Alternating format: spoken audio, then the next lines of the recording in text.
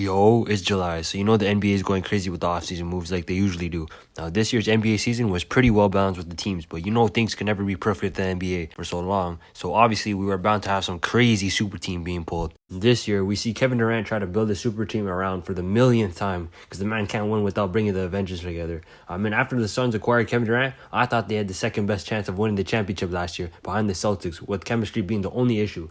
But nah, this team got bounced out by the Nuggets, and not 7, but 6 games, fam. Keep in mind, this team without KD almost won the chip 2 seasons ago. If you thought the man had a super team last season, nah, you gotta see the team now.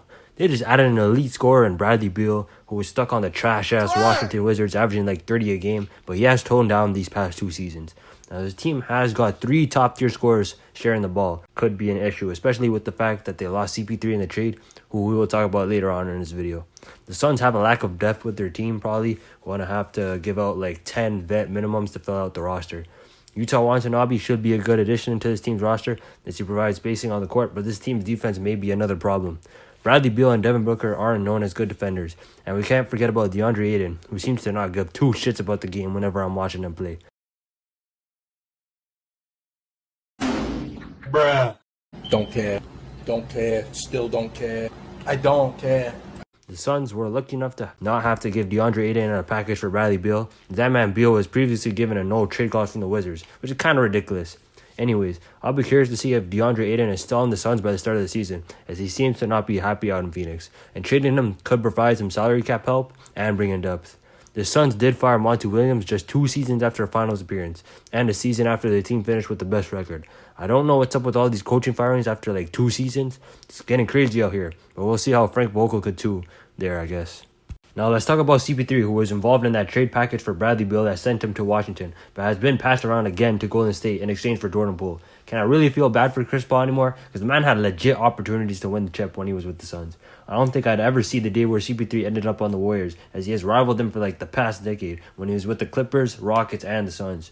CP3 is a perfect fit to any roster, to be honest, with his passing, IQ, and defensive skills. So this isn't a bad fit, especially with the Warriors' off-ball movement in their offense. We should see Steph off-ball a lot more, and this could provide a dangerous offense that many teams will not be able to defend. Young players like Jonathan Kuminga and Moses Moody can benefit from having Chris Paul as a facilitator, and it would have been interesting to see what could have been if the Warriors still had James Wiseman. Major loss for the Warriors is Jordan Poole, obviously, who did come off a not-so-great playoff performance. But regardless, this guy was averaging 20 a game at 24 years old, with room to grow and lead the future of this franchise. With Bob Myers leaving as GM, the Warriors still seem to trust the big three that has led them to major success these past 8 years, and I do believe them, but having Jordan Poole as a part of the future of this franchise is definitely a missed opportunity. Obviously, getting knocked the fuck out on camera is hard to come back from. Personally, I wouldn't take this level of disrespect. But people who shouldn't have missed this guy just after this year's playoff performance, in my opinion. I think that the Warriors can still compete, but this team is aging, which makes me think that this potential dynasty won't last too long. We saw one loyal star in Bradley Beal leave, and now we finally have Damian Lillard requesting a trade. It's about damn time, fam. The Blazers could have possibly built the championship team, as they have cap space now, at least I think. And they got young players like Shaedon Sharpe and Scoot Henderson who have good value, but that risk is probably not worth it. Reports have said that Dame is only willing to join the Heat and their culture, which could be a great fit and could provide the missing piece they need to win the championship. If this trade happens, I'd be rooting for them to win, and this would be one of the most deserved rings for sure. Who would the Heat have to trade? Probably like Tyler Hero, Kyle Lowry, some other things, but the trade package isn't too intriguing for the Blazers, especially since they already have guards, and we can see this as the Blazers are looking to negotiate with another team other than the Heat that will provide them with like picks. Now this is kind of crazy considering the fact that Lillard was so loyal to this team, but hey man, the NBA is a business. What Young Thug say? Business is business. Business is business. I don't really see any other teams trading for Lillard other than the Heat. Maybe the 76ers, but they don't really have an intriguing trade package as well. Or maybe the Thunder because of the amount of picks they have. But by the time they're competing for chips, Dame will be like 35. The Houston Rockets have been rebuilding ever since the end of the James Harden era, and it hasn't been looking good for them these past few years. They've been blessed with high draft picks like recently Amen Thompson, last year Jabari Smith Jr., and then the year before Jalen Green. Yeah, we're not finna talk about the man's viral videos, but... Oh, hell no, man. What the... Yeah, they got young, high draft picks. Plus, they also have Kevin Porter Jr. These guys are young prospects with high potential on the offensive side. And they all shined in high school and ended up being one and done before coming to the NBA. Well, we'll have to see if the Rockets are patient enough to stick around with these prospects who will take time to learn efficient ways of scoring, or whether they'll trade them as they might not all fit with each other. The Rockets made a big signing this offseason with the addition of Fred VanVleet, who I think was overly played. But this may be biased as a Raptors fan because he's leaving.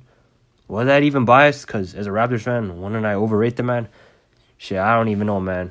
But anyways, the man is getting paid over like $40 million a year, which in my opinion is pretty crazy. I know they had to spend salary on someone, but why VanVleet, fam? I swear that contract was the same as like the Supermax like 5 years ago, bruh. Ah, damn, inflation is mod. But yo, this guy VanVleet was complaining about how the young guys on the Raptors like Scotty Barnes need to mature faster or something like that. And now the man is joining the Rockets. Wasn't John Wall complaining about this disorganized team like a few months ago? I don't see the fit. And the Rockets ended up signing the infamous Dillon Brooks. Now, believe it or not, I actually do somewhat like Dillon Brooks. I don't think his on-court antics are that bad, to be honest. And I wonder how the young guys on this team will thrive off his energy. I know that boy Jalen Green loved talking to shit, so it might work out. I do feel like this Rockets team will be a mess once again, although they did bring in Ime Udoka as their new head coach, so we'll have to just let him cook, I guess. Hopefully him and Jalen Green don't try anything on a male employee, you feel me? Oh. Huh? Wait. I didn't mean to say that. Yo, that was AI stuff. Yo, man, ChatGPT is wildin'. Yo, Ja Morant. Mister, I'm really like that off the court, fam. Hey, bro, we gotta go back to the hood, bro. You heard the ops were talking crazy, bro. We got this NBA money, but nah. We gotta spin on these boys. Alright, I'm joking. That was AI too. Hopefully, Ja Morant ain't gonna try to smoke me after this, but yeah. That man suspended for like 25 games, fam. Why that man Adam Silver try to make it seem like he was gonna be sitting for a whole year? Man was talking about, oh, we can't announce this now because we don't want to distract the players and playing in the finals right now. Man was making it seem like it was, oh, where were you when this got announced type moment? You feel me? Like when mans ask, oh, where were you when the U.S. Capitol got jumped by Trump's Crips, bro? Anyways, Grizzlies easily replaced Dillon Brooks with Marcus Smart and have provided some mentorship for Ja with D Rose. Don't really think you could have found a more perfect fit for a mentor with Rose, being from the tough south side of Chicago and being away from the social media things, but most importantly, being a former MVP that had a similar play style to Morant. Hopefully, you could provide some tips on how to avoid the same injuries Rose had. I always underrate the Grizzlies in the previous years except the past season, so I can see them potentially making a second or third round appearance with Ja being a special talent, and hopefully the end of his on-court antics. Still think the Grizzlies are an all-star away from being title contenders though. It's looking like Harden will be on the move once again with his trade request with the 76ers, and this was kind of needed for the 76ers in my opinion, as I don't think this duo of Harden and Embiid would have really gone far. They did come close with their 2 chances to eliminate the Celtics and move on to the conference finals for the first time in this Embiid era. James Harden is getting older, and although many stars of the 2010s generation that many of us grew up watching are still getting buckets like Curry, I think it may be time to accept that Harden at the age of 33 is going to be on his decline. We have seen some glimpses of his old self, but I don't think he could be a second option on a championship winning team. And that's maybe a hot take, but he may be better suited for like a 6-man role, like his old role back when he was on the Thunder for a championship team. The 76ers will be looking for a new star to pair with Embiid, and this will be hard to do with Harden's trade value being pretty low. The 76ers could offer Tyrese Maxey along with Harden in a package, which could be intriguing for many teams, but I don't know if Philly's willing to do that.